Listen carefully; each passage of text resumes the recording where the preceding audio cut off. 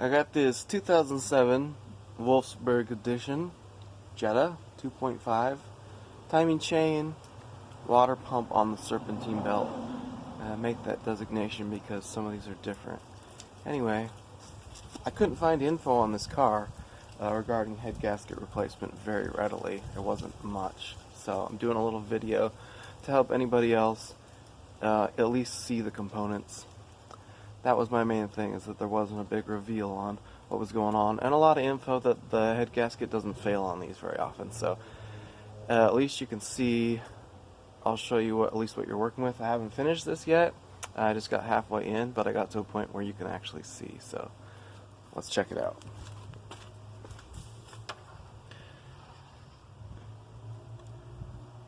Cams on the top.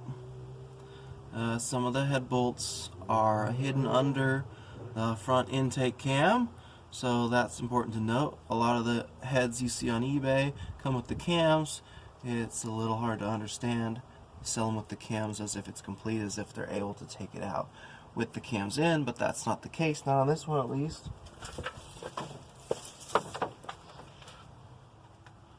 And let's see, get the light to adjust. The really cool thing about this motor is, if you see, the cams are all on one timing chain, and it's connected to the sprocket on this little, I forget what that thing's called, a little air pump. Damn. A little air pump on the side. It's like a secondary oil pump or something. I forget what it's called. I'll put it in the notes. So basically, this engine is super easy to work on. Yeah, you need an M14 spline socket to get the cam gears off, and you're gonna want to be careful and all that yada yada. You're gonna understand. But I mean, get this thing top dead center. Take off these upper components, and no part about the lower timing chain is loosened or needing to be held. I mean, fantastic, simple head to work on. At least you get an idea. At least you get to see. Nobody else had this video, so there you go. Getting to it was not hard either. Yeah, VDub has a bunch of annoying stuff like, what was it, size 6 Allen all in the intake, and spline sockets. You got to get a spline socket set, because even just normal bolts are stupid spline sockets. But dealer won't sell you the spline socket either. Of course, they want the business. Yeah, anyways, there you go. Now you can see what's in there. Once you get the cover off, it's not that complicated. Don't be afraid to buy these as projects. Peace out. 2007 Jetta, continued head gasket repair, dig out, etc. And more cats. Top dead center is pretty easy on this engine. I had to do a little research, but if you look, let's see here. There are screw holes in the top of the cams. When you crank the engine clockwise from driver's side, screw holes in the top of the cams. I have a kit for Volvo, but any kind of cam holding tool with the right distance between, you should be able to get to hold the cams in place while you are taking off the,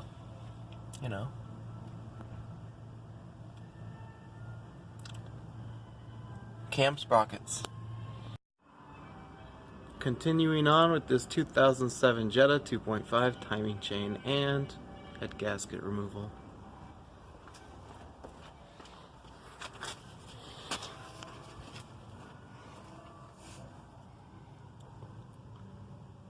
I took off the exhaust cam sprocket.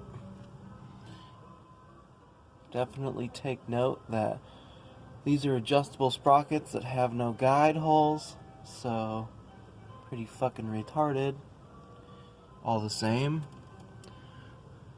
Just mark the position, since you'll have the cams held in place, and since you can leave the cams in when removing this head, factually, you shouldn't have too much of a problem.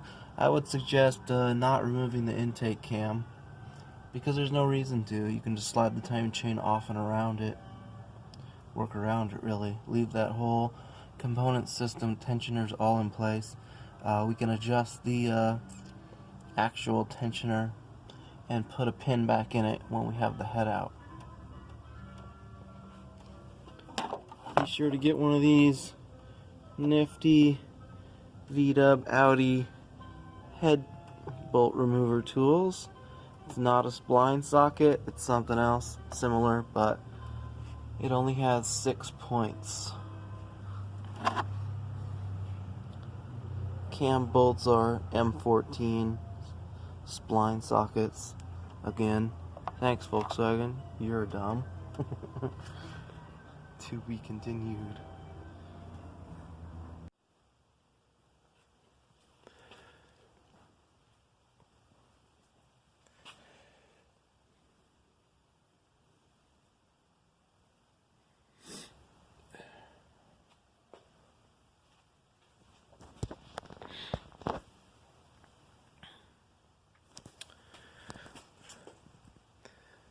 Alright, this segment is for you to understand that it's very hard to get the timing chain around this little coolant tube. You have to actually take the chain off of the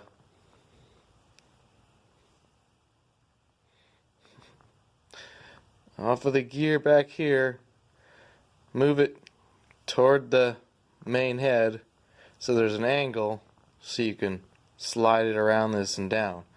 It's going to be even trickier on the way back.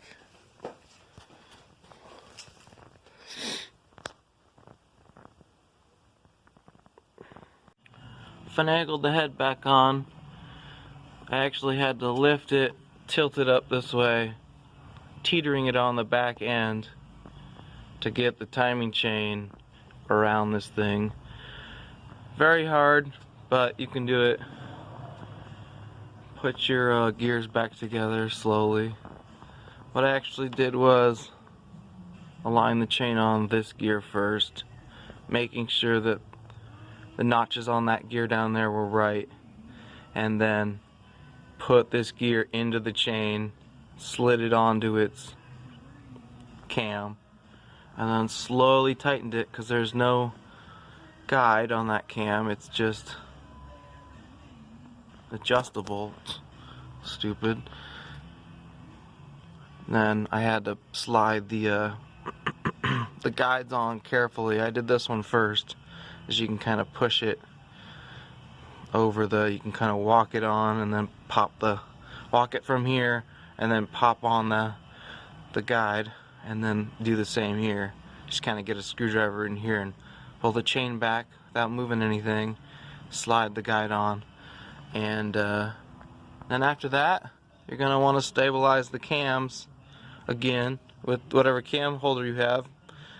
Screw into the top of the cams here and then tighten this, release this. I just stuck a nail in there, compressed it beforehand, and then it's just a matter of getting your special tool and putting those head bolts in, working backwards. Alright, head bolt sequence 1, 2, 3, 4, 5, 6, 7, 8, 9, 10, 11, 12. You want to get it to 30 foot-pounds. Then you have to turn it 90 degrees, quarter turn, all of them, and then another 90 degrees, quarter turn, all of them. It's going to seem like a lot, but that's what it counts for. Even in the service manual I have, the cheap Chilton one says the same, and I found a diagram online, so pretty accurate. Then after that you do ding ding ding all around That's considered number 13. And foot pounds on that are different, but I'll put it on the post. I'll put the picture up. So 1, 2, 3, 4, 5, 6, 7. No. Anyways, go look at the diagram. 1, 2, 3, 4, 5, 6, 7, 8, 9, 10, 11, 12. That's it.